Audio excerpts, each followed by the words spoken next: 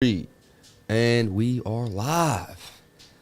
Shout out to everyone here on the live stream. You're here with the Crypto Lifer. Thank you for being here. Thank you for being a part of the Crypto Lifer show. Today, we're just giving you some extra content. Want to bring in pieces of the community so you can see the constellations, the stars that make up the constellations of the Crypto Lifers. It's many different one of us out there in the universe, but together we create the bigger picture. We want you to jump on in and feel what it's like to be a part of our community. So I wanted to bring community members out. Some are admins, helping the group move along, making sure beginners are finding their way. Other people are people who have been supporting me since day one. Everyone here is a lifer, someone who has put hours and hours into the charts, hours and hours into their own research, and that's why I ended up making them part of my inner community. So shout out to everyone here. Thank you for coming on in. We got Kevin. We got Danny on the far left. We got Stacks McChange right there holding it down with the Pat hat. We got my man with the orange head, XRP Muser, and we got Cal the Ronster from the metaverse. He didn't want to, he's going to make a character kind of himself. He doesn't want everyone to know exactly what he looks like yet because he's kind of go incognito in the metaverse right now. So we got Kevin. So I want to start off with Danny. Danny's a heat map guy. Danny lives in Japan, so he sees the market when we're asleep. It's kind of nice when we have people on different parts of the globe because no matter what you think, I mean, when he wakes up, that's his morning when we're going to bed. And like, even though it's, you could say it's the same data, because he's waking up and seeing it just like we see it, he kind of does see it differently. And I think that's interesting. So take it away, Danny. Let us know a little bit of what you're seeing in the market. We have a lot of fear right now. Fear ingredient is at 10. A lot of beginners don't know what to do. They've never seen this before. They don't know what market makers are. They don't know what a heat map is. Maybe we give them a little insight, give them some insight, some information to calm their nerves, let them know what could be going on. Well, so basically, if you look at the glass node, you'll see that the majority of the market is over leveraged at the moment. I mean, I without getting into the semantics of it, it's at an all-time high. So this is a bit of a pullback in order to grab what they call liquidity, and the liquidity that they're grabbing, as they call it, the liquidity grab, is what they're doing to deflate the over-leveraged people and the people that aren't properly managing the risk. And so if you manage your risk properly, then these pullbacks are natural. And so this is just a natural market cycle of the market that gets overinflated. And so the overinflation of the market is just pulling back to get that liquidity grab. Lightning round. Like I was on BitBoy the other day. It was kind of unfair, I thought, because they asked us all, long or short, right?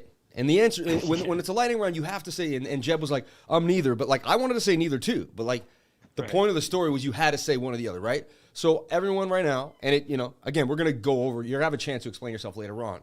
But lightning round right now from Pat on, bull or bear market right now? Bull or bear? You got to say it. Weird. Are we in a bull or a bear? If you had to call it, and you're not going to be held to this. This is lightning round. We just want to see if you had to say it. Are you in a bull or a bear market right now? We're in a slight bear market, I would say. Bear. Okay. Yeah. I mean, it's the end of it, but I would say nearing the end, but bear. Stack. Pains me to say it, but it's looking real bearish right now. Okay. I think we're in a bear cycle within a bull market. I don't see bear and bull market. So you say bull? No, so bull. So bull. You're in a bull market. You're saying we're in a correction in a bull market. That's what you're saying. We're in a bull market. We're not in a bear market. We're bearable. We're bearable. You got us. This is the problem. Like, everyone wants to dance around it. Like, are we in a bear or a bull market right now? Today. We're a barrel. A barrel. Bearable market. Yeah, I agree with Muser though. We're just in a downtrend and a bigger. So we're in a bull market. So we're in a bull market. So, okay, so no, I have to call it. I say we're in a bear market, right? Okay. The only reason I say that is because it's my mentality of trading. Like, I have to be shown we're in a bull market till we're not. That's it. So like, you don't break 52K, bear. To me, like, Bitcoin doesn't break 52K, bear market. Like, it breaks 52K, I'll say, okay, maybe we're getting out of the bear market. Right? We break 60K, then I'll say, okay, there's a chance. And we can still get rejected by it. And once we crack 69, I'll say, okay, and then once we bounce off 69K, I will then commit that we were in a bull run, right? Like, that's when I will finally, however, does that mean I'm not what is everybody doing right now? I'll tell everyone later, but most of you might know. But what is everybody doing right now? Pat, what are you doing right now? Do you have long-term holds? Did you sell any? Are you DCAing? Are you looking at an alt? What are you looking at? Pat. Danny. I don't know. I call you Danny Pat. Yeah. Sorry. Yeah. Oh, me. Sorry. Yeah. What am I doing right now in terms of Yeah. things looking at what to DCA into and things like Yeah. that? Yeah. Yeah. Just is there anything on your radar? What are your thoughts? You know. I'm big into looking into the future as much as you are. So, Cadena and Flux and EXRD. Can you tell us a These little bit more things. about Flux? I haven't been like fluxified yet. Like I look So at so many from what- coins and I keep telling myself I'll deep dive. And now the last 2 weeks you can see Flux went 129 up to like 2 something, right? So like Right. Flux seems to be a gainer. I think I did Yeah.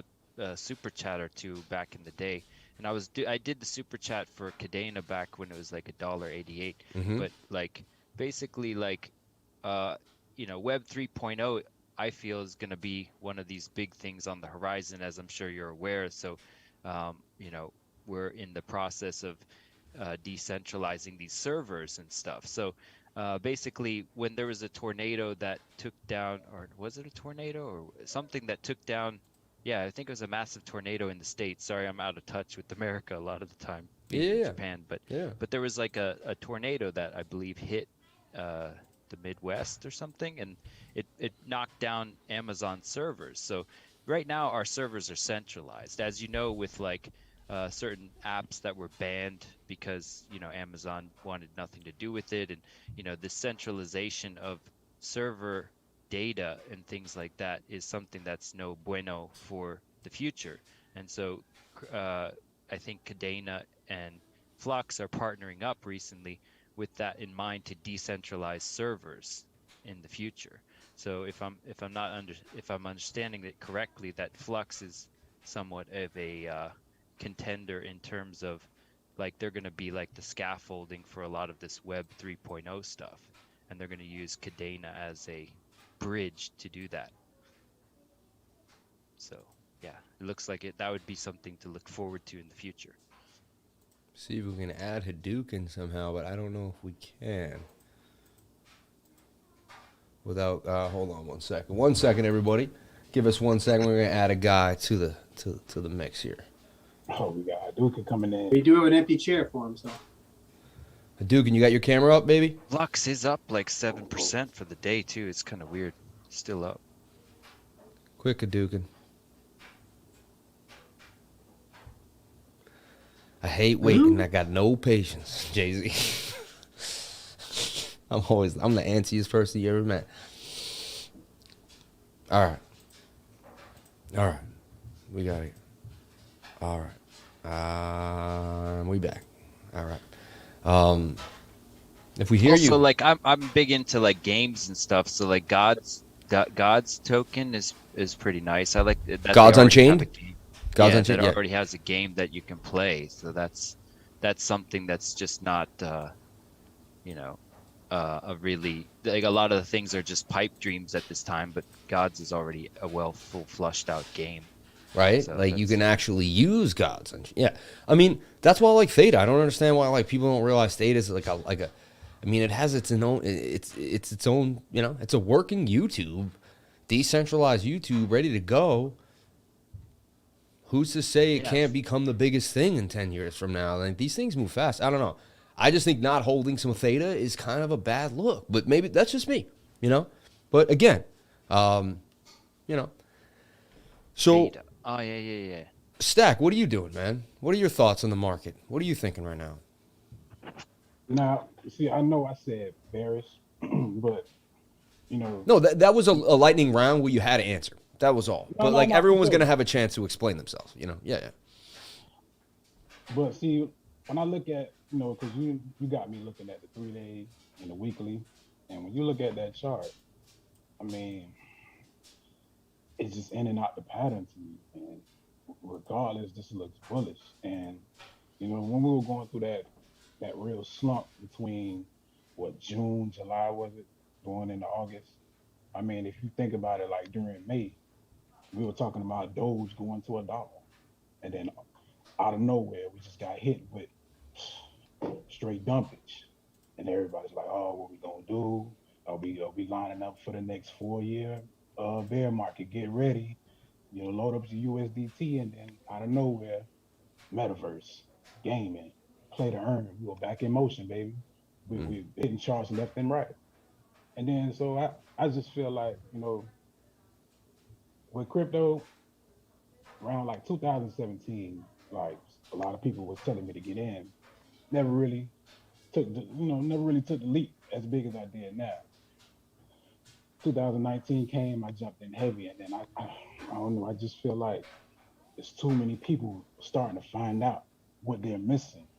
So we're gonna have various times, but I think they're just gonna lessen up. I don't think they're gonna be as long, because the more people are starting to figure out what crypto is, and they're like, "Oh, what red? Oh, it's down. Oh, so now it's time for me to get in. Oh, see, I'm not missing out right now, so I can load up my Bitcoin. I can get my ETH. Each and every day we got football players, athletes, you name them, or reorganize, Whole restrategize their cities. contracts. Yeah. Yeah, full city, Miami coins, stacks, Bitcoin. Listen, you come to Miami, you're gonna get free Bitcoins for just being a citizen. That's big. Mayor Suarez, he just gave 1,000 Bitcoin to each of the 5,000 role models down here in Miami. I mean, crypto is taking over my city. Like if you come down, like, as much as I talk about Miami or whatever, but if you come down here, you realize what I'm seeing. Everywhere they're accepting crypto. They're like, "You don't got cash? Oh, we got this new Bitcoin. It's Bitcoin ATM machines everywhere. There's no reason why you don't have any crypto right now." But overall market, we are in a little slump. Things are looking down, but I really just think the market makers is playing with your feelings. They're playing with your emotions right now. They're testing It's a you. shakeout. It's a Yeah, shakeout. they want your money. Don't let them take your money. Yeah. That's just my 2 cents. I can go on, but No, that I'll was let that was you beautiful. That was beautiful. Yeah, Muser, man. what are you doing, man? What are your thoughts? Are you buying more XRP? Always, man, always. Well, Are you breathing that shit? Are you breathing that stuff in? Like, no, I'm with Stacks on this, man. What I was going to say when I said it was a bear cycle within a bull market, I think Bitcoin kind of hit its top on this bear cycle or bull cycle. And I think that, like in past cycles we've had, I think Bitcoin hit its top. And I think on the retrace, when it heads back up to the 702, you'll see alt stuff going off like they did in 2017. And honestly, I don't see bear markets and bull markets like they were in the past. We have so much more money in this market now. I don't see four year bear markets anymore. I say, Bitcoin has this bear trend here, maybe in the next 6 to 9 months, and then it goes on another cycle up. So I don't see, I don't just see these long 4-year cycles anymore. There's too much more money in the market now. Like we were just talking about, the Staples Center just turned to the Crypto.com Center, the Miami Stadium just turned into the whatever Crypto Center. It's like this. We're moving on. I mean, from a year ago, it's gone up so much all around the world that I just don't see that much money leaving the market like they had in the past, where it was from 800 billion down to like 50 billion. I just don't see that big loss of money in the market anymore like we had in the past. So, like I said, I think it's a bear cycle within the bull market.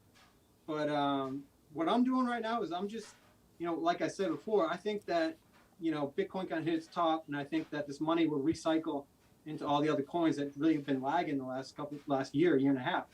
So I've been kind of dollar cost averaging out of things that have done their thing already. I think Ethereum has kind of done its thing. It's gone up from what it was at $60 to almost 5,000. It's like it's kind of done its thing. So I've kind of been dollar cost averaging out of those assets that have done their thing throughout the year, and I'm putting money into lagging assets like XRP, XLM. Those assets really haven't done the thing yet. I feel like those assets now will have their day in the sun in the next couple months. There's a lot of money in Bitcoin and Ethereum right now, and I feel like Bitcoin dominance is losing it a little bit. Ethereum dominance is losing it, and it's pouring into those lagging assets. and really haven't had their time to shine yet. So that's what I'm doing right now, is kind of putting my money in spots where I think, it'll come to fruition for the next couple months. Nice. Yeah, I'm taking a similar route. I'm just leaning into my strengths, and Muser seems to like SRP and Stellar. But honestly, I'm into the metaverse and the gaming coins. The more I read about Gala, the more that I feel comfortable with having Gala be my Bitcoin, Yeah. Like, I could see all the metaverse decoupling, as everyone's saying. And as a gamer, that's just a dream right there. I can't see it failing, especially with this whole flu we got going on. And just so we don't get flagged, I'm gonna call it the flu. Yeah, whatever it is. Yeah. I only see that whole metaverse really rising up, and I feel confident. I'm still DCing into things like Naka, into Block, Gala, as I mentioned. Throwing in some kind of IDOs towards like Cypher. I got a little of the decimated coin. I like decimated a lot. Yep. Yeah, I'm still picking around, and I mean, NFTs are going crazy right now. I'm not into them personally, but I'm seeing the craze. And my group makes it, I'm not going to say easy. Nothing's easy to make money. I don't like using the word easy, but like, I created an NFT room for my group, and I'll be honest with everyone here. My forte is the charts. My forte is compounding, right? So like, I'll spend 80 to 90% of my time on charts. I'll spend 10% of my time on NFTs. But I just dabbled in my room recently, and they were like friends. And then I went on the Twitter, and then Gary V friend. You could have got friend dumb cheap, like just a freak a week ago, and all you had to do was glance at my NFT group, and they told you like friend gonna be hot. It's like a 2-4 floor right now or something, 2E floor. So just like glancing around, threw a little money at. So my group is an amazing resource. I just want to bring that up. Like, so even for I notice it because I'm using it now. Like I can't be everywhere at once. So I go into one of our rooms. It's a hub of minds. Such a great place to grab information, and everyone in there like really brings their role. Like really like we don't have stragglers in that group.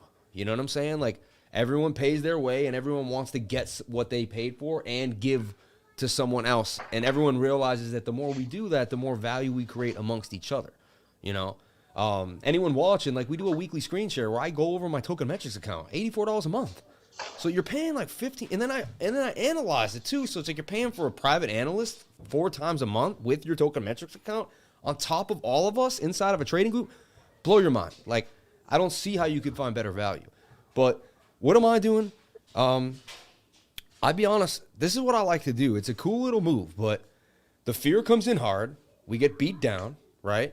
Luckily, I find the good assets. Like, I placed a big trade around 20 cents on one, and I'm up, I'm not up huge, but I'm up like 50% on it. So, like, boom, right? I'm watching VR very closely. I've been swing trading it. I have a feeling it's just going to do its thing in the next few days, regardless of the market, that VR coin on KuCoin. That's what I'm watching. And I'm DCing into Bitcoin.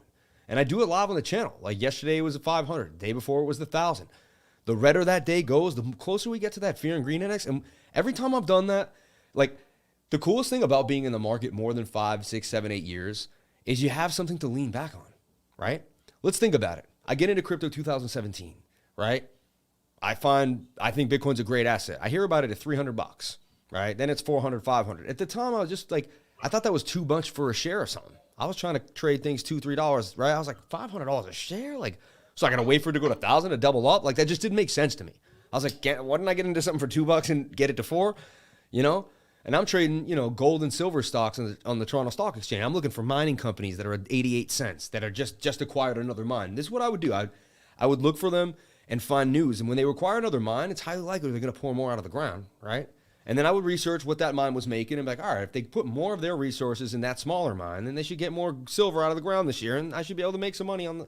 So I was speculating the drillers and the assets, and that's kind of how I made my money. And it was like a real-time idea with speculation on the market. And I threw an ETF on there so I could get a little kick off of the, whatever that asset made, you make a little extra. So that was kind of how I looked at things.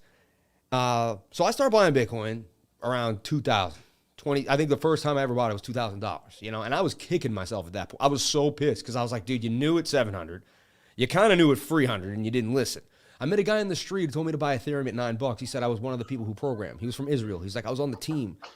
He's like, you got to buy this thing. And I was just like, what? And he's like, look at CoinMarketCap. And he's showing it me on the streets of New York. And I'm like, it's like 2014. I'm trying to look. I download it. I'm on my phone. I'm like, what are these?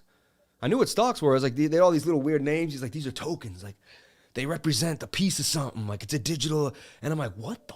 I was like looking at this man. Like, I went home and just kept looking at coin. I would look at CoinMarketCap for a year and a half and really have no idea what I was doing.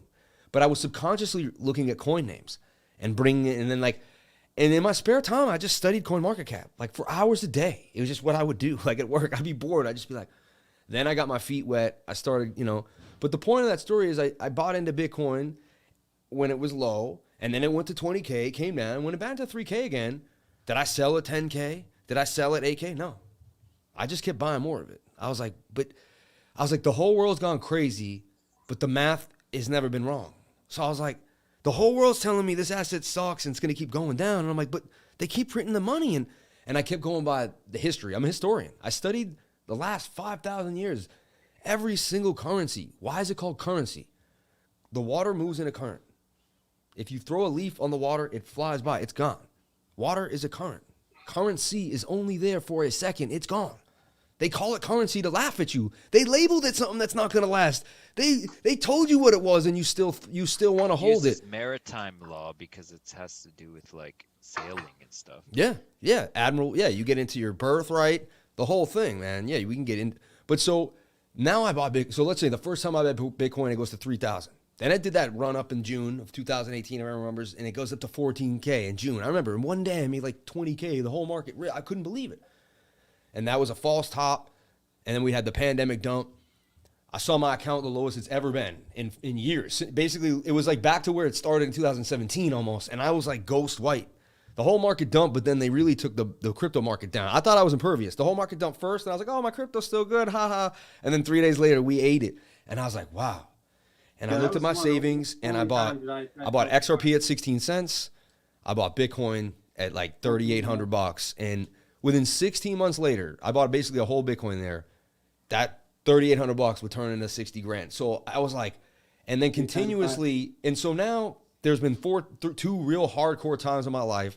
And then I did it at 30K, and then I did it at 40K. And it's every time that fear and greed index is at 10. And so like I'm 4 for 4, again, maybe Bitcoin goes down lower to 28, and then I won't be 4 for 4. I'll be like 3 for 5, right? Because we'll take those last two buys out. But I mean, if they don't bring it down to 8K, 3K, I'm going to win this one. Like, and so like everyone listening right now, eventually you're going to be me. Like it might be 30K, it might be 20. We don't know exactly where it's going to be. I think it's 37.5, 36 on a wick, something, I think we're heading into one more shakeout. They always want to give you, it's got to be a little lower than you think you can handle. That's how they do it. And I've been in this game a long time, and I thought I could handle it, and they always crush it a little lower. When I start feeling capitulation, I know something's going on. When I start feeling like a newbie, I'm like, wow, that fear is really... And there's been a couple days where, like, for an hour or two, they've gotten in my head for a second, and I've been like, that's when I take my daughter sledding. That's when I go for a walk. That's when I look at my life. And then I think back in the last 4 years, and I said, no, I'm going to DCA back into Bitcoin right now. They're not going to fake me out into holding fiat currency. So I'm continuously DCAing into Bitcoin. I never let these moments pass. I keep telling myself, these are the moments. They say bear markets make billionaires, right? Bull markets make millionaires. Like, you should be dreaming of 10 on the fear and greed index, because that is the most Bitcoin you'll ever be able to buy, maybe for the rest of your life, And I don't know for sure, but we got to be close, right? So that's what I'm doing. Hadouken, are you there? Yo. What up, man? What's up? How you been, man? Oh, how you been? Busy. But good. How are you guys? How's everything? Yeah, tell us a little bit of how you're feeling about the market. Give us a little insight into what you're thinking. You always have a really good perspective being out there on the island with that breeze. He's in from the Canary Islands, everybody, completely different part of the world as well. Nice perspective.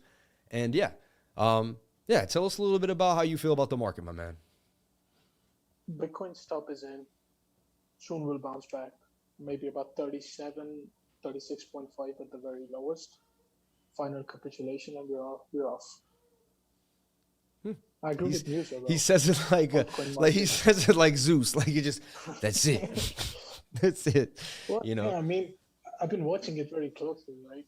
And I did, well, the fib retracements from all different angles, and just it's very close to its bottom. How much shredder can it get? I mean, you got the 2-week low, you got the monthly low, you got the daily low, you got the 3-day low. I mean, you have these most substantial, and like, this is simple, right? We can go back on those charts and just show you, like, every time, and we'll do it tonight in the live. I'm sure I'll break it down, but and that's why I try to prove the Stokes. The Stokes are great on the 15. The Stokes are good on the weekly, and there's buffers in between. Like, you know what I'm saying, when it's low, like 41 and 38 to a weekly Stoke is the same, right? That's what I mean. You know, like that 5K difference, you're not going to feel it but you're going to be somewhat. What it does tell you is you're closer to the bottom than the top. And how, as a team here, you guys all started using the Stokes with me, or even after me or before me. What do you guys think of the stochastics RSI? You know? I mean, it's a modified it. godsend. Right? Stack, what do you think? Man, I look at the Stokes sometimes, and I'll look at the RSI and look for my divergence, but that stochastics tell me everything I need to know sometimes. You cannot ignore that stochastic. Stochastic is going to bring you to the promised land. It'll let you know, especially on the higher time frames. If you're trading on a 5, 15, 7-minute, scalping, that's cool. But if you're looking long term at your trade and you look at the 4-hour daily, that's going to take you where your trade is going to need to go. I mean, if you're looking for the fast money, fine, cool. Trade on your hour, trade on your 15. But like Lifer has implemented in my head, the money is in the long run. Hold. You will get shaken out, you will get tested. But you can see your balance goal drop 15, 10%, and 4 hours later, you up 30%. Why? Because you're looking at the stochastic. Pay attention to that stochastic, man. Also, for beginners, when I first used the stochastics, they were confusing to me. Because sometimes they double top, sometimes they don't. Can we give anyone, because I have my own ways of explaining that. Danny, do you have any way of explaining that? Do you know what I'm saying? Like, because when you first use the stochastics, they actually confuse you for a year straight. They confuse you literally because you're like, but they don't always do the same thing. How can you rely on that? And I'm like, well, they do when they don't, and they don't when they do, and you're like, yeah. So, I mean, the best. I mean, like you said it best a few, like I guess it was like a month and a half ago on a live. You were talking about how you were gonna juxtapose different timelines next to one another on the different windowed version of TradingView, and then you'd have the 5. So I'm constantly flipping between 1 minute, 5 minute, 15 minute, 30 minute, 1 hour, 4 hours, and I'm going back and forth and seeing how the candles collapse into one another. And if you watch, like right now for Bitcoin as we speak, if you watch how the candles collapse into one another, I before we started, I said there's like an inverse head and shoulder on 10-second candle, and it started playing out and it cascaded into 1 minute divergence, which is now playing out into 5-minute divergence. And you start to see how the candles basically, I teach science, and I also like study science hardcore, as you see sometimes on the comments that I leave in the chat as a joke. But it's like you could look at like the atomic level of something, and you're seeing one resolution of reality, and then those get into molecules, and then they create like organelles, and then organisms, and it's like the timelines, and everyone, and the most thing anyone asks is like, which timeline, what's real, what's the real timeline, what's the one that I should be trading right now? It's like, well, they're all real, down to in the reality itself. Like the quark is saying one thing, and then the super strings are saying another. So it's all, how crazy is this? You just gave me if you were an organism, let's just say you were able to have all your facets immediately. So like you could be as smart as you are at 33 years old. So God could place you on the earth, and you could only be like 10 minutes old, but you'd be as smart as you are now, right? That 1 minute chart would be long to you. You know what I'm saying? Right. That 1 minute chart, after an hour of watching the 1 minute chart, that would be only an hour of your life. Like a mayfly. That would be like me watching the weekly. So it's like time is what how we extrapolate information from the charts is our position in time. And people don't realize, that's why I keep telling beginners, like, well, you know, I see you on the live using the first thing. I'll start with a beginner or even a one-on-one in the back. Oh, I see you on the one. What time frames are good? And I'm like, what time frames are good for you? And they're like, what are you talking about? I'm like, well, everyone wants a solid, like, yes, no answer. Exactly. But it's miasmic. It's an because where are abstract you? Like, where are thing, you? know? Like, where are you going to place yourself? Like, that's what you need to know. Like, are you going to get in on the 1 hour and wait for the stows to get out and get out? Or are you trading that daily? Like, I describe it as like, so your joints are your body. So like, this is like the 1 minute. This is like the 5 minute. This is the 15 minute. Your hand and this is the hourly. And then this is the 4 hour. And then you have the daily and then the weekly. I love it. And so like, I love it. so if you have they're all oscillating, doing their own thing. But when one's overextended one way, like when we were up at 65K and the weekly was high, I was always saying to people, like, the weekly's a bit high. And it's not me being bearish. It's just like, if you know that the weekly's high, then I was able to short on the El Salvador, you know, September 7th dump because of catching that bearish divergence and being able to see that the weekly's high, because it's not going to lie to you. And it's like, well, which joint is better? It's like, well, you can scalp the one to the 5 to the 15 to the hour. Like, you could do this whole like hand motion over and over again. But if this elbow joint and this joint's getting overextended, you better watch out, because it's coming for you and it's going to eat up the momentum. Yeah, that small time frame ain't gonna. Yeah. So the momentum is stolen or added to. So like a catapult, when you have all of them back as, you know, oversold, it's like a catapult that launches you to the upside. So if you have, now we have all these higher time frames that are overextended, as in oversold. You know, if you're shorting down here, this is not the place you really want to be shorting for a long period of time. Is the best advice I have. No, is you want to get in and get out, because I compare it to this. There's a really great surfing place, but everyone knows there's sharks in the water between like 1 and 5, and like more come around 5. So like you surf from 1 to 3, and like you don't start surfing from 4:45 to 5. Like you may catch that wave, but like you're starting to get into the place where it's just not working for you. Like, and as a trader, that's the beauty of us as a trader.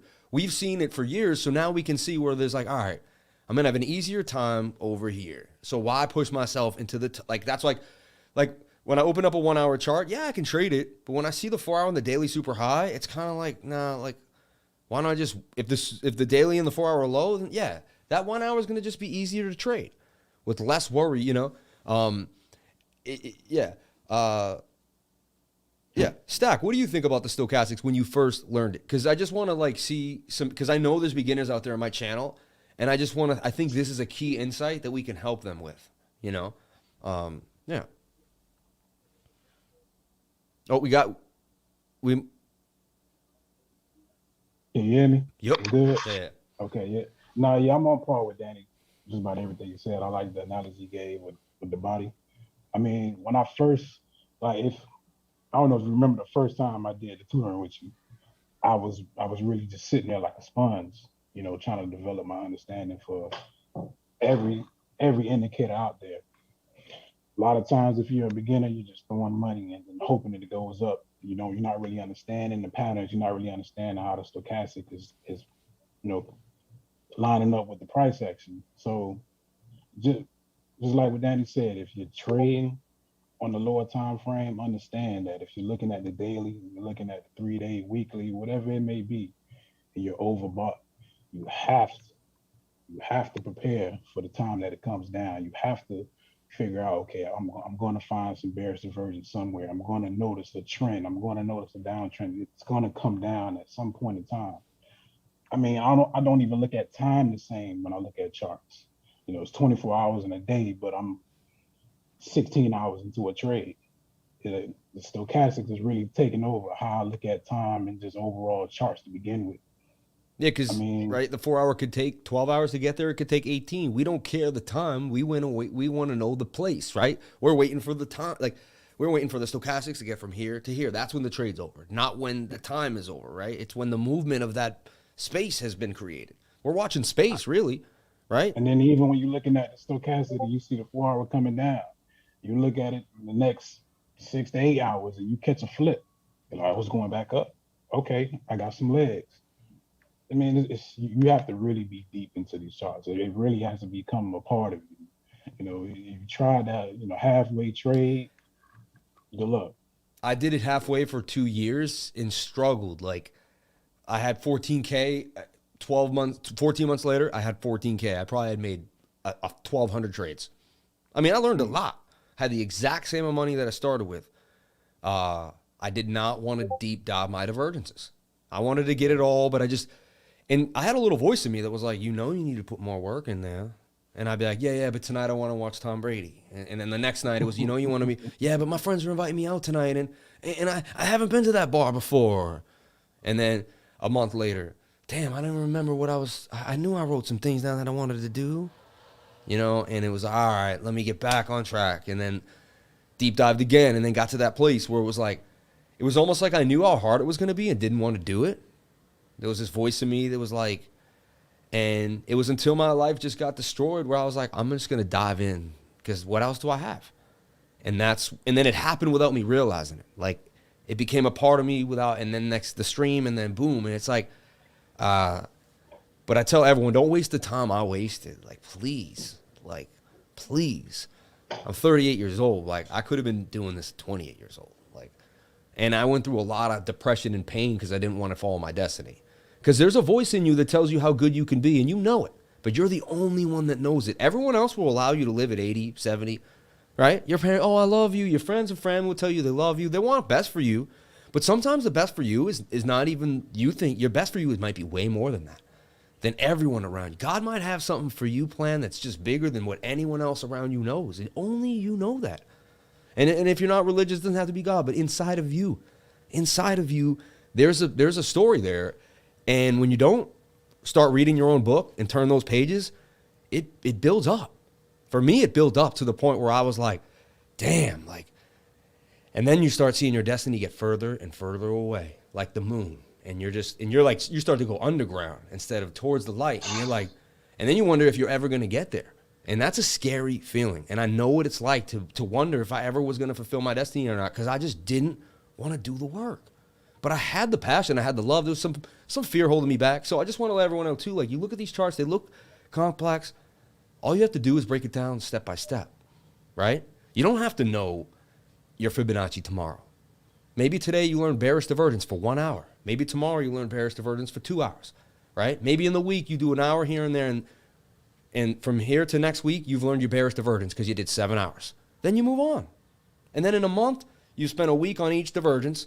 You spend a week on bearish, a week on bullish, and maybe a week on hidden, right? A month later, you kind of have, then you move on to, you're not going to get, and if you think you're going to get it all at once, you're not, because that's like trying to learn Chinese, Spanish, and English all at the same time. It's just not going to happen. You got to pick one language at a time and then add it on. Same thing I was doing as a beginner, trying to learn what every other YouTuber was telling me. I half learned Fibonacci. I half learned 10 things for 5 years. So that was my issue. Everyone's looking for that instant success. Like, when do I buy? When do I take profit? Like, oh, what's this indicator? It's like, if you don't put in the work, you're not going to get, you don't get results. There's no instant diet pill.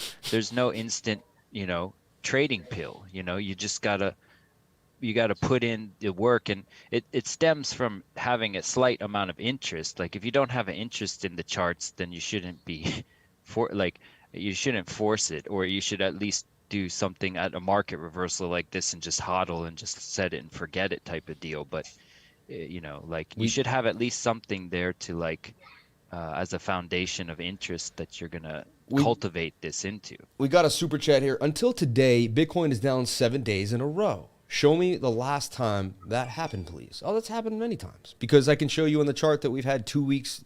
What he is correct about, and I can do I believe I have, hold on here. Yeah, I have a chart waiting here that we could bounce it. But what he is correct about, number one, the weekly, we've never gone below the 50-week moving average, right?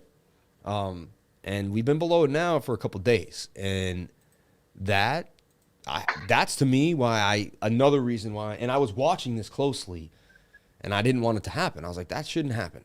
So I just want to show you guys what I'm talking about here. And I brought it up on the channel too, but someone may not, they might be watching for the first time here. I'm going to just get rid of all my stuff. We're going to look here on the weekly. Get rid of this too.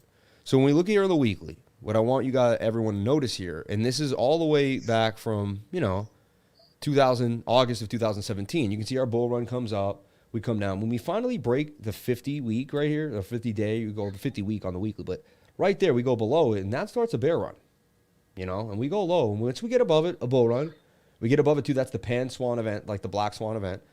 And, we did spend 1, 2, 3, 4, 5, maybe 6 weeks, and we got above it. Once we got above that red line right there, that would be the beginning of the bull run again. We would never go down again, right?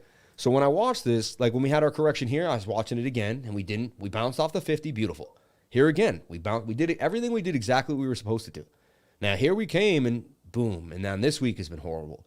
Now, could this week get bought up on a wick, and could we end up above it? Yes, we could. But now we have, 1 day and 5 hours for that to occur? Highly unlikely with the momentum that we're seeing. So this is something that worries me. And again, Bitcoin's a maturing asset. This is its first 10 years. Maybe it does this twice maybe it does this once every 10 years. And this is we don't know what bigger cycle we may be in. That's why I'm open-minded. At the same time, we have to go by what we've seen before. Another thing that we talk about too, and we've back-tested this, and we all just talked about how you can learn something from a smaller time frame, right? And bring it to a bigger one. What do you guys think of this idea? And I just came up with this recently, that we might have to come and touch this 200-day. Hadouken, you brought this up. You were the first one to bring these, to show this to me.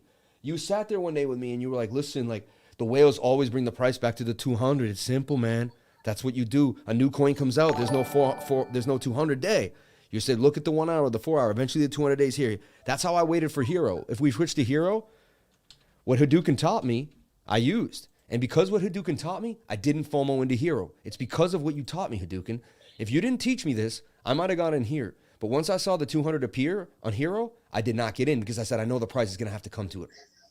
And we go back in time, it happened exactly like you taught me, right? And it even went worse. But I knew it was going to happen. It was like Rain Man. I saw this happen. I saw the 200 and I said, wow, price is going to come down to the 200. It's going to. And there was times where it didn't seem like it was going. Boom. Right? So painful mistakes make you learn. So I had to sit there and watch it, see what the hell I was doing wrong. So what do you guys think of this idea that the weekly on Bitcoin, right, may have to come and touch that 200?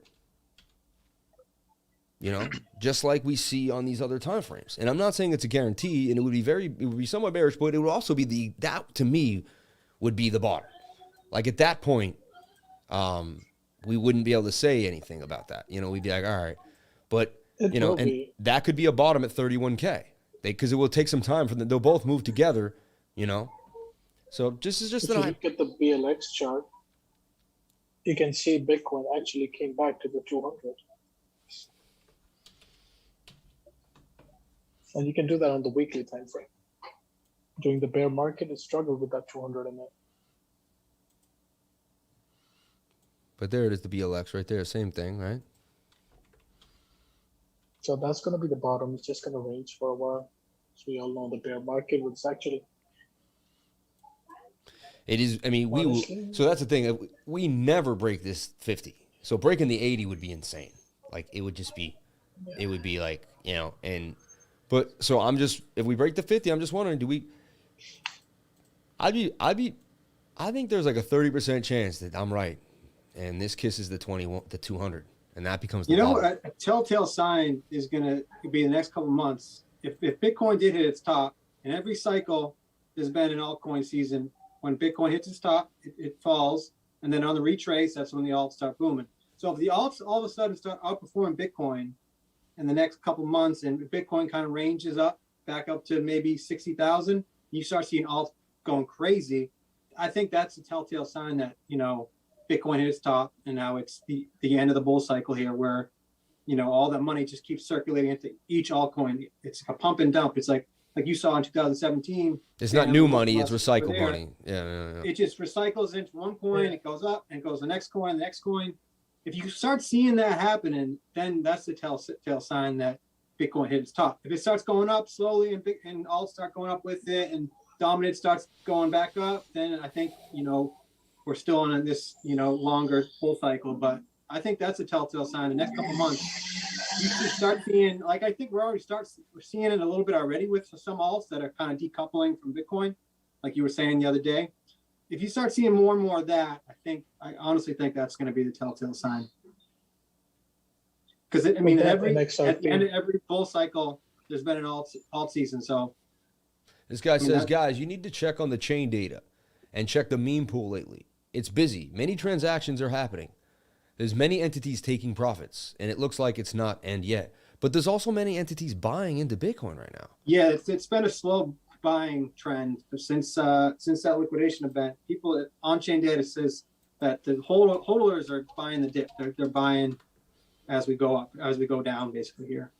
There's more. The Puel indicator, right, was showing divergence, right? It was showing larger wallets accumulating while we had less while the price of Bitcoin was dropping, right? Which was an anomaly. And the last time we saw that, we did see a move in Bitcoin. I am under the impression that's funny. Altcoin Daily tweeted right now, crypto is over. Like again? Yeah, exactly. Yeah. It's kind of like saying that electric cars are over. You know what I'm saying? In my opinion. Yeah, we got to keep reminding ourselves how early we are, man. It's just like, we went from, whatever it was, 50 billion, 200 billion to almost 3 trillion market cap. I mean, that's still such a young asset class.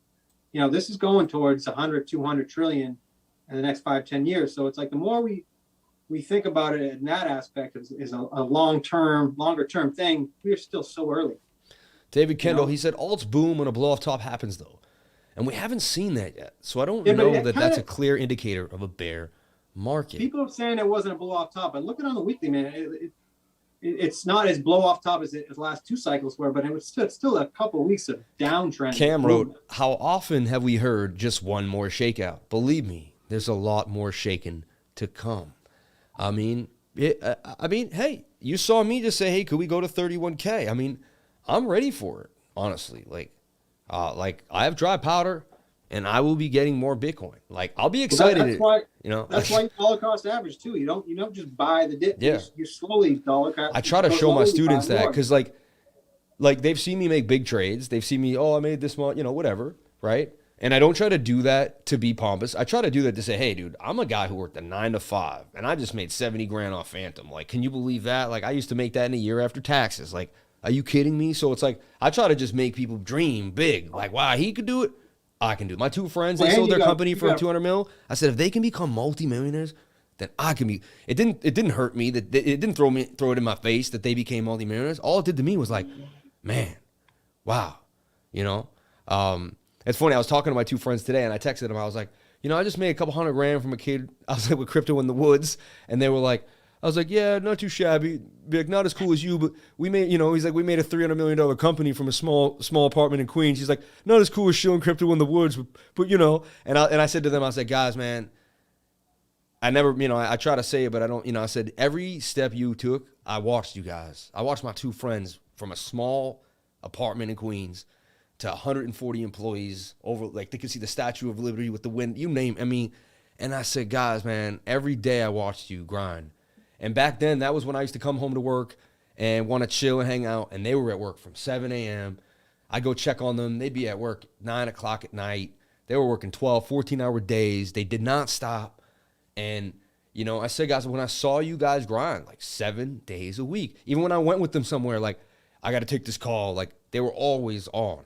Like, they, and now I'm always on. Like, I work 7 days a week, and I get it. I'm like, oh, you want to be in that upper echelon of life? You don't work 40 hours. You don't work 5 days a week. You work 7 days a week.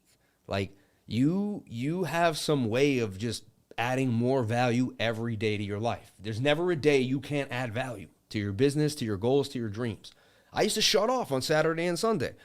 Oh, I can just be me and just blah, blah, blah, blah, blah. I don't have to think about my goals. Like, I was just an amoeba for 2 days and then back to work again. Like, and I knew that lifestyle was just not going to cut the mustard. And like having 2 friends that just really blasted to the moon made me look at my life and be like, dude, what are you doing? If they did it, I remember I texted them today and I said to them, I said, you know, every single thing that you guys did, because I want them to realize, like, and they blow it off. I don't think they really care. And I said, but I said, you know, you both have no idea. I watched every move. You know, I motivate myself. I created my reality, but you both taught me there was so much more if I worked 24/7. I said, I have no words of gratitude, but one day I will repay all the love. For now, all I can say is thank you for everything. And like, it's not about how their money, because everyone's all them, but it's about the ability to create your own reality. You know, I was going to work I had to go to. They were going to jobs they had created. And that was like something that I envied. It was never the money. It was the freedom. You know, and that's why I teach financial freedom. That's why we're here every day on this channel. That's why I go every single day. I thought about it today with my daughter. We were sledding, and I looked at all the people, and I was like, you know, I could go sledding any day. I could take 2 hours in the middle of my day, anytime. My you know, and a lot of these people have to just go sledding on Saturday when they have a moment, right? And it's like, do you want to live a life where you have to do something when you get a chance, or do you want to be able to do something whenever you want to do it? You know, and like, that's really why I go every day. I want people to feel that. You know, I want people to know what it's like to, and then you can buy your mom a house, or, you know, your sister's struggling, and, you know, like maybe she has, you know, she doesn't have, you know, maybe her husband died, whoever, someone you know is struggling. My neighbor right now, he's losing his eyesight, and he's got 2 kids. And all the time I say to myself, I was like, man, I may be the one to, like, when a couple more years from now, his son's gonna be like 12, he's gonna want to go play at the park or something. Maybe that's for me to help out. Like, you know, and I'm thinking in my neighborhood how I can help someone, how I can do something. And if I was working 9 to 5, like, and I don't know if I'd be able to see that and help the people around me like that, right? Some people do it greatly, but to be able to, like, really start making an impact on others because your life is set in a way where you don't have to, like, freak out about every payment anymore, blessings, I'm telling you. But it's gonna come with some of the hardest work you ever work. Like, you will, but if you love it, is it work? You know? How can you take a day off from your passions, right? Man. I think people got to understand, man, you know, if you look at Bitcoin as far as like age-wise, Bitcoin is a preteen. Bitcoin is what, 13 years old? It's still got a lot more to see in this market, man. It's So just much. the beginning. Yeah. And look what's happening just in the last year, man. Like, we were just talking about NFTs and metaverse, DeFi. Like, it's going so crazy just in the last year. And, you know, just think of that same type of thing happening the next year. What are the possibilities, you know, in the next year, the next 5 years? It's like, it really is endless, you know? It's gonna be crazy. If you had to DCA into one coin, Kevin, what would it be? Honestly, I'm falling in love with Gala, man. Yep. I've been in Gala since Not a day bad one. choice. The day it went out on KuCoin, I hopped on that thing, and it's been treating me with so much love ever since then. So the more I educate myself, the more they reveal about their project and their visions long term, the more I feel like I'm marrying the coin, you know, and that's one of my things. I don't want to marry no coins, but Gala's just doing it right. They're, as far as I know, they're the only gaming or they'd like to distinguish themselves as a gaming company that is on the blockchain. They're not blockchain gaming, they're gaming on the blockchain. And they have their own blockchain, and that thing's going to be multi-chain, that you're going to be able to tie it in with Polygon, with ETH, with BNB. To me, they just have the vision, you know, like that they're really doing it right. They're coming in with developers from The Sims, from Halo. They got that collab with The Walking Dead, which is huge, you know. It's like that's big. all kinds of people know about The Walking Dead. Another thing I want to talk about, see this man right here? You can tell he knows what he's talking about. You can tell if you happen to pop into a conversation and you paid to be a Patreon, you might get some knowledge from this guy. And he's already paid for the year, so he's in. And there's a lot of people like him that have paid for the year. So my point of the story is, when you join our group, even if you try it out for a month, you're basically sitting in a room full of crypto passionate people that are obsessively collecting data to the point of no return. I'm blown away by the people in the group at this point, like, and their will to want to progress. And Kevin's been playing, you know, been a gamer for a long time. He's also been an entrepreneur, so he can see what it's like to build, to create, And then he can also see the immersive experience. When he tells me a game is good and they actually, you know, I trust him. I don't know. I mean, I can look at it, but like when he's probably looking at the, like, you know, the frames per second. He's going to be able to tell like movement and like how fast the reaction time is. Like he's going to be able to really tell me maybe the programming and how well they did it. Like, so having him in our group is just, that is, I mean, you can't buy that. You can't buy that type of data. And that's just one person in my group. Never mind Danny. Danny's a heat map scientist. Like he's going to tell you about the spoofing, about where liquidity is. Stack is on point with exactly the movement of the 15 and the 50. He'll give you an alert. Watch the 15, 4 hours good, but wait for this to come down. Like he'll give you the detailed in and out. I go over my group every day. I may not write all the time, but I'm scanning through and I'm impressed with what has happened in the last year, with the amount of people that have come in and the amount of data that you can extrapolate from just joining the Patreon. It's amazing. It's amazing. Yeah, I learned a lot from just about everybody on this panel to countless people in the group.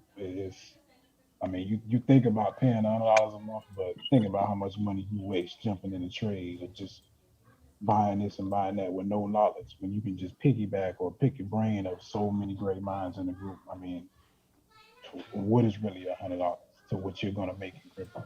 One last thing I want to talk about. I want to end the stream on a really cool note. There's Muser. Maybe we can move him back to Not bad. There he is. Oh, cool. So this is the last thing I want to end it on a great note. PayPal coin. I saw that last night. I almost fell off the couch. I mean, a lot of people want to pay me in PayPal because they just feel like they're not there yet. This will get those last people to pay me in cryptocurrency. Like, I mean, what do you guys think of this? We'll start with Danny and we'll go down the line. But like, what do you think, man? PayPal coin and what does this mean for the rest of the market? And how are we in a bear market if PayPal decides to want to come out with a stable coin? And like, why would they choose to do that now?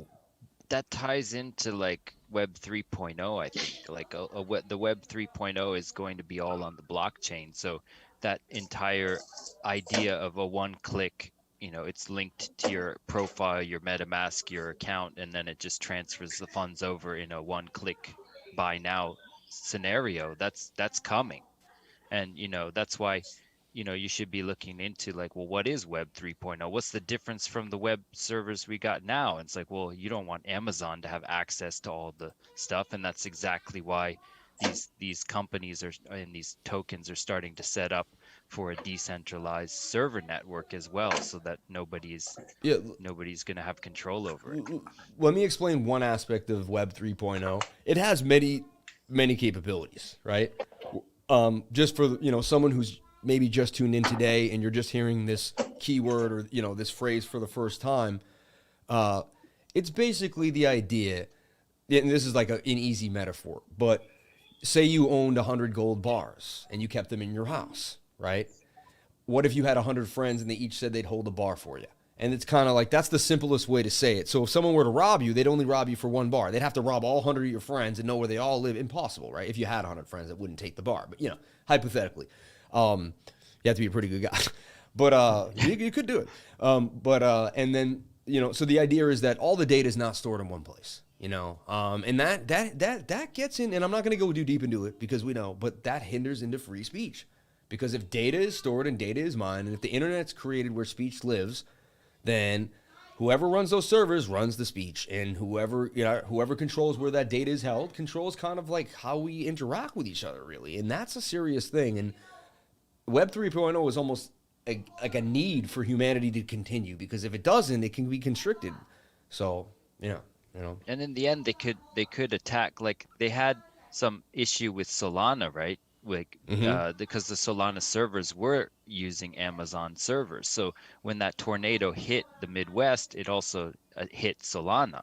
So like, you know, you can't have cryptocurrencies without these type of server rentals and broadband networks and stuff. So the networks need to move away from Amazon and these big corporations anyway. And it needs to become decentralized if they want to maintain the integrity of what they represent. What do you think, Stack? I'm gonna give you a little perspective from like the average Joe who, you know, still thinks crypto is a scam or they don't trust it. You got so many people who still don't like the idea of crypto. And you got a big company like PayPal talking about coming out with their own stablecoin. I mean, they started letting what crypto users have crypto like 2 years ago. I mean, it only opens the door to many people saying, okay, why not? And then it's going to grow from there. I mean, I really don't see it stopping. I mean, it's so many opportunities for people who are developing a business who are going to say, you know what, I just want to accept crypto. I can't wait for so many businesses to say, you know what, we're just going to accept crypto from now on. And you got people like PayPal saying they're going to come out with their own stablecoin. I mean, it's telling you what we already know. It's not stopping. Crypto is here to stay. I don't care what you say. I don't care how bearish you feel. I don't care what you think about the market. I mean, crypto is not going anywhere. Sorry. Okay. I mean, yeah, that's my take on it. Kev? Mainstream is here. Sorry. No, yeah, mainstream is here, man. Yeah, man, I think PayPal is huge. I was not aware that was happening, but I have seen companies like Samsung coming in with talking with Charles, and they planted a bunch of trees through MELD protocol, which is running on ADA.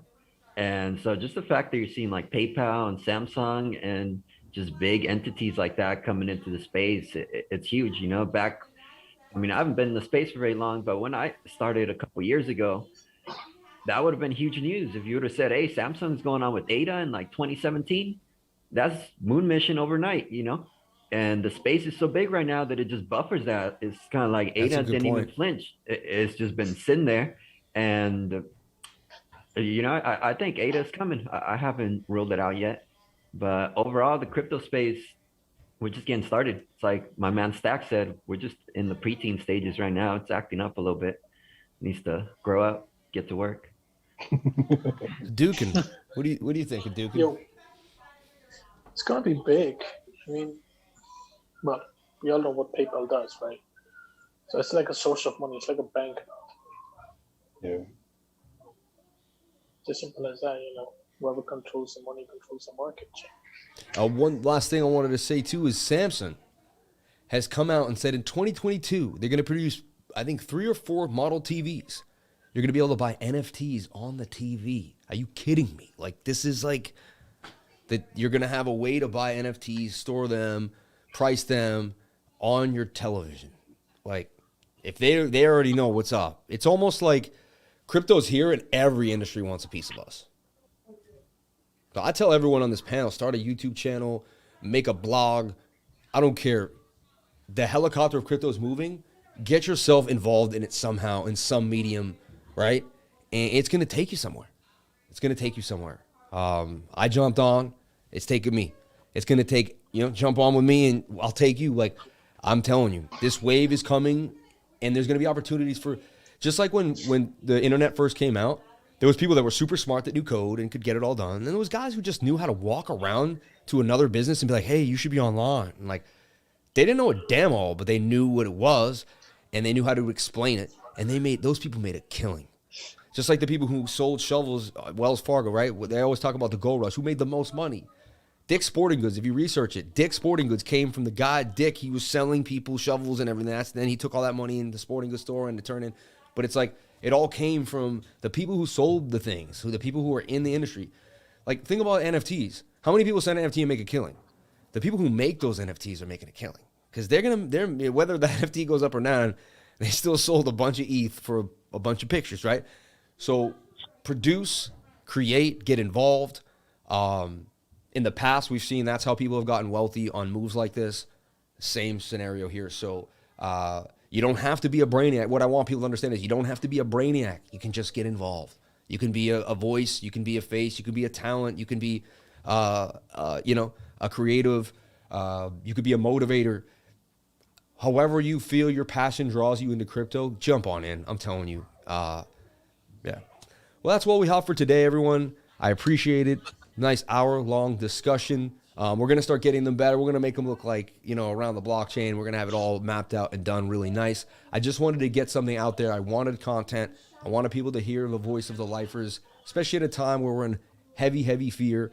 And, yeah, the market's kind of at a sketchy time. Also remember, Saturday, low volume. I'll leave you guys with this. I'll do a Bitcoin chart real quick just for any of my lifers who are watching. And we'll just take a look at Bitcoin. We'll leave you with a Bitcoin update. Let's take a look at Bitcoin update on the 1 hour and see what we're seeing, okay? Now, the 1 hour is oversold, right? Actually, no, sorry. Let's see here. So the 1 hour, let's take a look. Daily, weekly's over. Yeah, so the 1 hour is oversold. I looked at it earlier. So the 1 hour is oversold, okay? Which is a good sign. So we start there, okay? Stochastics RSI beat down. RSI also showing signs of life. And on the 1 hour, look at this. I mean, I call this like, I've seen this as what's called double divergence, but let's take a look deep here. I mean, that is bullish divergence. We see a swing down to a swing down clearly, okay? And we see a swing up to a swing up on the RSI. They do not match, right? That, and you see, and when that coincides with being at the bottom of a pattern, which if we zoom this out, we're on this, we have a bigger falling wedge. Okay. Boom. So we have the bigger falling wedge here. Somewhat of a flat, you know. We are making lower lows, though, which is so crazy that our resistance now is at 45,600. Okay. We need to break above that. So what you're looking for in what kind of what's building up is this. Yeah. So, and then we even have the smaller falling wedge here, which is inverted too. You guys see it? It's a slightly drunken inverted. So you got this falling wedge too, right? And you have a slightly inverted, drunken inverted head and shoulder here. Okay. Now, what we're hoping for is we zoom into the 7 minute and we want to find divergence at this end. All right, which we do now. Look, slightly. Let's see. Let's zoom in and really see. Also, though, it's like forming even the 7 minute. Look, is forming a bear pennant. A lot of times, smaller time will start kind of showing you what may happen, you know. And so, look, 7 minute may even break out of this pennant to the downside. You're high on the stochastics. Just, you know, what you are looking for is some divergence. It swings up and that swings up. It's not perfect. It's not amazing. It's a bit of exaggerated because, no, you got some, though. You got swing down to swing down there, and you got swing up to swing up there. You do have divergence in the 7 minute, trying to support a bottom right there, okay? Trying to support a bottom at that one moment. So how we're going to watch it, we got to watch the 15 minute. 50 minute is high, suggesting that we even come down even lower, right? So that's not a good sign. 1 hour wants to tump. So you'd wait for the 15 minute to come down if you wanted to scalp Bitcoin on the 1 hour. The trade for tonight would be the 15 minute hits on the alert. Bang, right? You put an alert here. 15 minute would hit. And then I would, you know, personally, me, right? You do whatever you want. I'm not a financial advisor. But 15 minute would hit my alert. And then I would look for a scalp on the 1 hour. Hopefully for a break out of this, you know, ugly falling wedge. And then, you know, the channel. I always think if it's in a channel, so it goes up, down, it should come up. But the sad part is it's highly likely that once we get up here, we either get rejected by this point or this point or even the top trend line. So to me, it's looking like we get rejected by like here, somewhere in this zone. And then the 4 hour is going to be oversold, right? Or with downside. So we get a little pump out of the 1 hour, maybe today, and what is it, 3 o'clock? So till like 1, 2. To me, it says that then by, you know, Asia wakes up. They love to dump on us too, especially when the market's weak. And we're going to see a double top up here, and we're going to end up right here. And I see a big short coming like tomorrow morning. And it looks like Sunday is going to be a bloody Sunday into the volatile weekly close. I mean, right? I mean, that's what I'm seeing, right? And your measured move there, and that's the thing too, is falling wedges have continuously broke to the downside. And they like to fall straight down when they fall out. Like they fall out pretty nicely. And so you're looking at a $35,000 peak Bitcoin if that hits the measured move. So just, you know, this has been right. I mean, the last time we did this, we did the exact same thing. Things were looking exactly the same. You know, we had a 4 hour that got high. We formed this little bull. This is a bull pennant, a bear flag. And again, everyone's always like bullish or bearish. How do you look at that? What I do is I just flip the chart upside down and I'm like, look, like this is a rising wedge that could break up parabolically. Only thing in our favor, there is a 68% chance that it breaks to the downside, right? Like as if it were a rising wedge. And that is a head and shoulder pattern. So it could keep us, you know, so it's highly likely that 1 hour gives us the pump. You get it? So we're building the story that it's highly likely Bitcoin does get up to about, what, 43,008. Maybe if it breaches up here to try to get, it might even come out of the pattern to trick the longs into thinking this is a real breakout. And that's what they'll do. They're like, oh yeah. And then some newbies be like, oh, I'm going to jump on. It broke out of the falling wedge. And like, but they don't know how to read stochastics. It's telling them you're done. You've been cooked on the 4 hour the whole time. Like, that's what we actually went over this. All of us kind of went over this earlier today. How you can't push. If the whole arm's extended, you got to watch that finger, right? How Danny kind of broke it down. So, yeah, so to me, it's more highly probable we pump up and then, you know, so it's a prayer that we hope we got to hold 40K. We don't hold 40K, I think, you know, definitely looking like somewhere in between this 37, 38 region, and then we're looking at the measured move to 35. So I'll keep the patrons updated, but that's basically what I see happening. And again, then once we get through the minutia, we'll see how low that goes. Then again, the 4 hour is going to be low again, the daily, the 3 day, and what we were here before. And so my point of the story is the daily and the 3 day, these bigger time frames, they can stay low for longer than you realize. Like they can keep kind of like extending here. And that's how we use the smaller time frames to see how long this is going to go. Like, so the daily's like, yeah, you're down. And then the 4 hour and the 1 hour will just keep showing you. So what we need straight falling wedges. They're making bear pennants every time. They keep falling. Bear pennant, keep falling. We need legit, nice, clean falling wedges that are going to actually give us the 60% breakout. We're not getting those, you know? So also what's kind of scary is like, you know, we have to be honest. I just trade what I see. I used to talk myself out of what I see. I've gotten better at doing that. I mean, that's a head and shoulder pattern. Like we can't lie. Like, you know, I mean, right? You like I could lie to you. We've been staring at that for a minute now. I could lie to you and say no, it's not. You can lie and say it's not there. And that's a $25,000 BTC on the measure move. Not saying any of this is guaranteed. I just have to put out the tea leaves the way I see them. All right. So I'll keep everyone updated. I do see a short. So it looks like in my group, looks like we're going to long BTC for the half an hour. And I personally don't even like long in the little ones when the whole market's, you know, because it's like you get a lackluster pump. You're going to have to use a 3x leverage or something just to get 9, maybe 12% out of it. But that's the trade I see happening possibly. And then it looks like tonight, 1, 2, 3 a.m. is going to be a short for Bitcoin. But again, I'll keep everyone updated and we'll look at it every 4 hours and something could change. And I'll be open-minded for that moment. At the end of every live stream, we say 1, 2, 3, crypto is life. Thank you so much for joining. I will be live tonight at 8 p.m. This is not, I'm not going to not go live. So you'll see me tonight at 8, and we'll do what we do every single Saturday night. We'll break down Bitcoin. We'll have fun, and we'll talk about the market. It'll be actually cool because we'll see what I went over here and kind of how that, you know, the next 5 hours comes out. So at the end of every live stream, I say 1, 2, 3, crypto is life. Thank you so much for being here. Please comment, like, and subscribe. Hit the bell for notifications. You can find out when we post our next video. Remember, if you came to the channel, then you're already doing the right thing. Everybody ready? 1, 2, 3. Crypto is life.